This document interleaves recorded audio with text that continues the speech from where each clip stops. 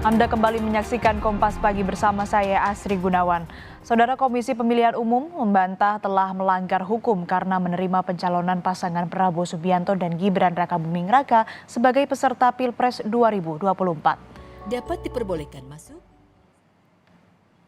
Hal ini disampaikan kuasa hukum KPU Hifzil Alim dalam merespon gugatan sengketa hasil Pilpres 2024 dari kubu Anies Muhaimin yang mempersoalkan pencalonan Gibran Rakabuming Raka sebagai cawapres. Hifzil Alim menyebut dalil yang menuduh KPU sengaja menerima pencalonan Prabowo Subianto dan Gibran secara tidak sah dan melanggar hukum merupakan dalil yang tidak berdasar dan mengada-ngada.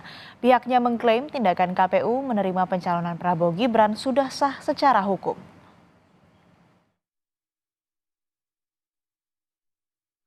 Bahwa dalil pemohon yang menuduh termohon sengaja menerima pencalonan pasangan calon nomor urut 2 secara tidak sah dan melanggar hukum sebagaimana tercantum dalam permohonan pemohon pada halaman 22 sampai dengan halaman 34 adalah dalil yang tidak berdasar dan mengada-ngada.